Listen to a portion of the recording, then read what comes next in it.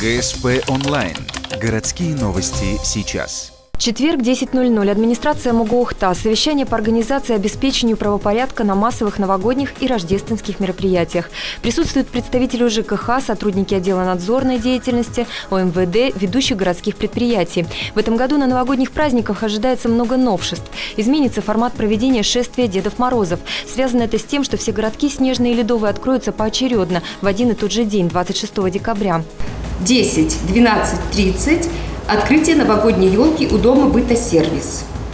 Открыли, и уже после Дома быта «Сервис» у нас идет шествие по улице, по проспекту Ленина до Комсомольской площади. Одна из инициатив – оформление Комсомольской площади совместными усилиями с ГДК.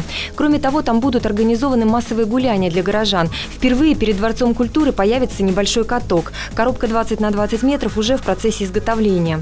По погоде, к сожалению, тоже ничего не можем предсказать. Но надеемся, что до 17 декабря у нас будет 2 дня, которые будет меньше минус 10 градусов на улице, и мы сможем все-таки залить вместе с пожарниками этот каток. Всего в городе будет 20 объектов с массовым пребыванием людей. Из них половина уже проверена на предмет безопасности отделом надзорной деятельности. Кроме нарядов полиции, к патрулированию по городу будут привлечены частные охранные предприятия.